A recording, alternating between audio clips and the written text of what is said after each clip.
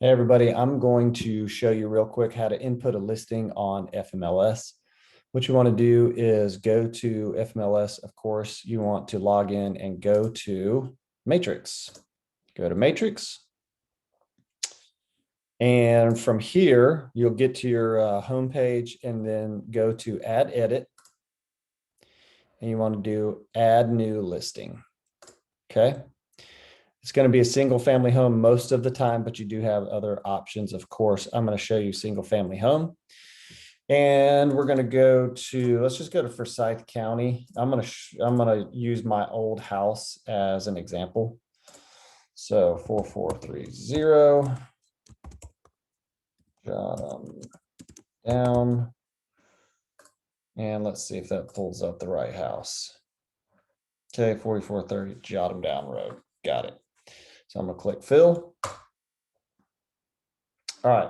So on this page, this will, and when you click fill on the previous page, it will pre-fill some info from the tax records. So that'll help you going forward. So you don't have to go look up all this information. Important on this page, if you're doing active or coming soon, you want to make sure that you save as incomplete if you are not finished with inputting all the information. I usually start a few days ahead of time, and then I work through the info over time as I get to the actual listing date. So make sure you always save as incomplete unless you're ready to put it live. Submit property makes it live on the MLS. Okay. So active is what I'm going to choose on this one. Location, the yellow information right here, you can tell has been pre-filled for the most part. Now, if you have a subdivision, it won't pre-fill the subdivision. So you need to make sure you know that this one is not in a subdivision. So I'm gonna hit NA. Right here, you're gonna need to figure out what the elementary, middle school, and excuse me, I'll delete that, the area are. So I don't know how to find the area, right? So let's say you don't know how to find the area. I'll show you real quick. So what you wanna do is save as incomplete right here, boom. Saves incomplete. Then you want to go back to search residential, and here's how we'll find the area and the schools. So you go to the house that you were looking at, 4430, jot them down, road. Okay, you want to go 0.5 miles in any direction. We got 0 matches on the market right now, so we can go to pending or we can go to closed, and we got 9 matches.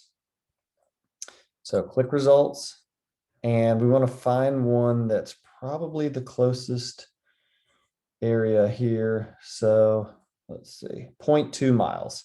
I would venture to say that 0.2 miles is going to be the right way to do it. That's on the same road. So you can see right here, the area is 223. So don't forget that. 223 is the area. You can also click on the listing that's close by yours. And if it's in the same neighborhood, then it'll obviously be the same area. But right here, here's my elementary, my middle, and my high school. So I'm Silver City, North Forsyth, and North Forsyth. So what I'll do now is go back to Add Edit. And remember, it's area 223. Add Edit. Edit. So then you go to, let's see here. Incomplete residential 4430, jot them down road. That's the listing. Go back to residential input and go to location. I was area 223, and elementary school was Silver City. Middle was North Forsyth, and high school was North Forsyth. All right, so in the listing, you'll go to property. What type of property? Residential detached, that's single family residence. List price, let's call it $250. Listing contract date, you'll want to put that in. That is the date that you actually sign the contract with your clients. That is not the actual listing date. Expiration date is the expiration date on your listing agreement. Selling broker to present offers to your clients. No, we do not want them to be able to do that. Buyer agency compensation. This is what the other side, the buyer's agents, will get. Typically, it's going to be 3. Compensation type, make sure you click percent, unless it's some other type, but it's almost always going to be percent. Variable rate commission, no. Availability to receive offers, no conditions. I do yes on all of these here at the bottom, except for comments, reviews. I don't want to have to deal with that. Agent office, this should be pre-filled. Make sure this is correct. Your ID, your name, email, and all your broker info. Legal, tax ID should have been automatically filled. The square footage, the public records. This is the source. So you want to make sure this is coming from an outside source and not you. Year built, land lease. A lot of this stuff, this is not a land lease. I don't ever put in, I put zeros in for these. Block, land lot, district, section, lot. Importantly, though, you do need to do a plat booking page. If you can't find it, you can put zeros there, but this is important. Cody showed me this. You want to put the deed booking page in there. That way agents don't have to call you or text you or email you asking you for a legal description for the property. And you should have a video on how to do that in Anchor's, probably Anchor All Stars. But you know what? While we're here, we might as well just do it. So let me just show you how to do this. We're going to save this as incomplete again. We're going to go to public records, realist tax. We're going to go to 4430 jot. Now you should know this probably because of your listing agreement. You'll already have the deed booking page, but let's just see. I'll show you here. All right, down here, we've got all this info. So what we want to look for is the deed booking page of the most recent sale. So let's go here. We're looking pretty close. Limited warranty deed. This was in 2019. Sale price 170. We're going to go with deed booking page 9035. Book 9035, page 627. Okay. Don't forget those numbers. I'm going to copy them. 9035, 627. So we can close out of this window and we can go back to add edit, or we can go to continue editing if you're still there. Okay. Then we're going to go to deed book 9035 and we're going to go page 627. That way, all the agents know what to put in their legal description on the offers. Okay, special list conditions. Most of the time, you're going to just have none, unless it's, you know, one of these special conditions. Special circumstances. This is none. Property. This is a resale. This only applies down here to condos and attached property types. Financial. This will be filled in by the public records. Master association typically is going to be 0. Then you don't have to fill these if you do not have a master association. If there is an HOA, you would click yes. You would do the association fee, which is on your community association disclosure. This one doesn't have one, but for, you know, example purposes, let's say it's $500 a year, and then let's say it's annually. Okay, so it doesn't have that, so we're going to remove this. Owner financing. No, we do not want to do owner finance. No, we're not doing an owner second, and we're not doing an assumable mortgage. Is there an assessment in the HOA? You'll find that info on your community association disclosure. This you will see also in your community association disclosure and the covenants. And home warranty. No, you can negotiate that later. Rooms. Okay, upper, how many? So this is a 2-story. So upper is a second level. Let's call 2 bedrooms, 2 full baths, 0. Every one of these boxes has to be filled too, by the way. Main level, let's say it's 1 bedroom, let's say 1 full bath, and let's say 1 half bath. Lower level, this would be if it's on a basement or if it is a 2-story. So let's call 0, 0, 0. Bedroom features. Here, there's lots of features. Take note, you only have a max of 3, so you can't pick more than 3. Let's call it master on main. You can do 1 if you want. Master bathroom, let's say you got a double vanity, you got 4 options there. So this is pretty self-explanatory. You just pick the features. I make notes when I'm doing either the listing agreement or the walkthrough at the people's house with the photographer. That's usually when I make notes about the details of the house. Interior, same idea here. Make sure that you make some good notes when you're at visiting the people's house, your client's house. Basement, you'll click your options here. This is all pretty self-explanatory.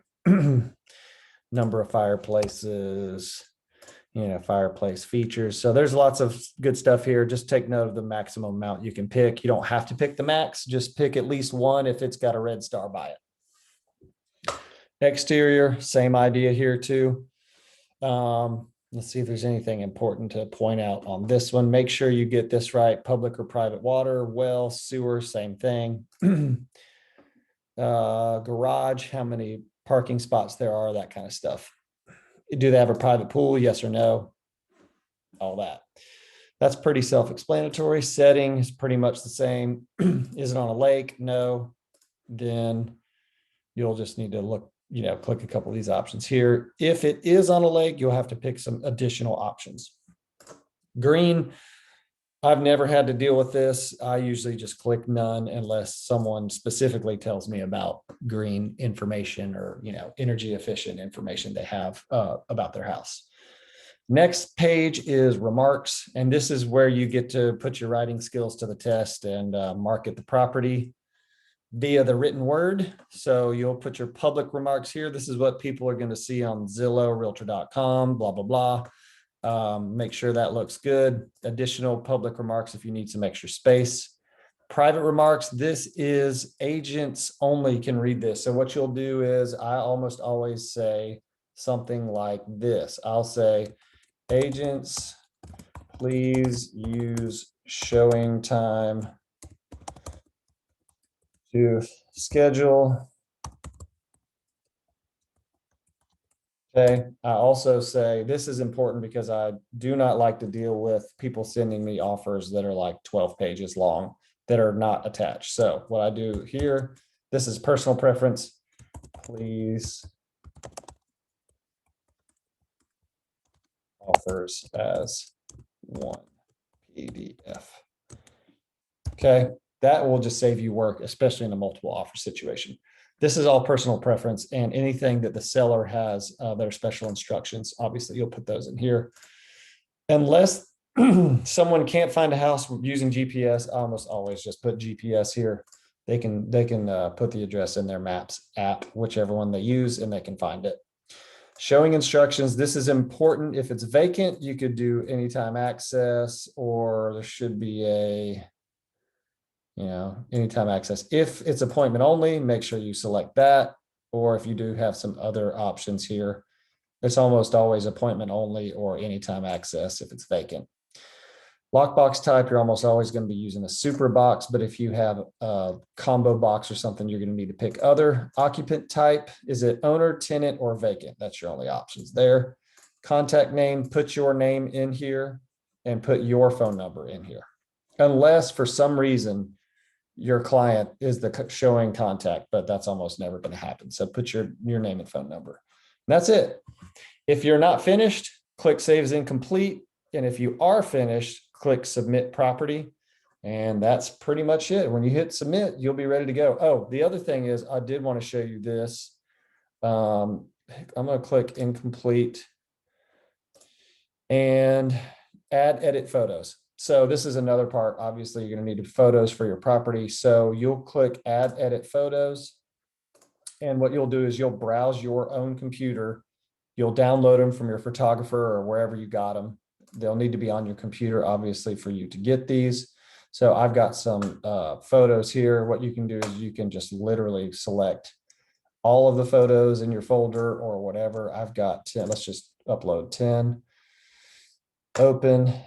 And then right there, it's going to start uploading the photos. I'm going to cancel this because I don't want to do that, but that will get you the idea right there. Actually, I'm not going to cancel it. You know why? Because we are going to see what this looks like when you upload photos.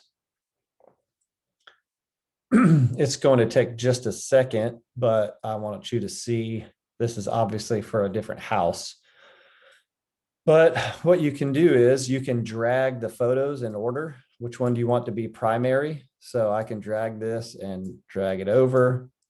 that makes, I want this one to be primary. I'm going to do this right here, drag it over, and that becomes primary. I usually just drag these in order of what it's like to see the front of the house and then walk in the door and then walk through the house. So then you'll hit certify and save once you're done arranging your photos in whatever order you want, and then it'll be ready to go. And then you'll go back to submit property. All righty. Hope that helps. Thanks, guys.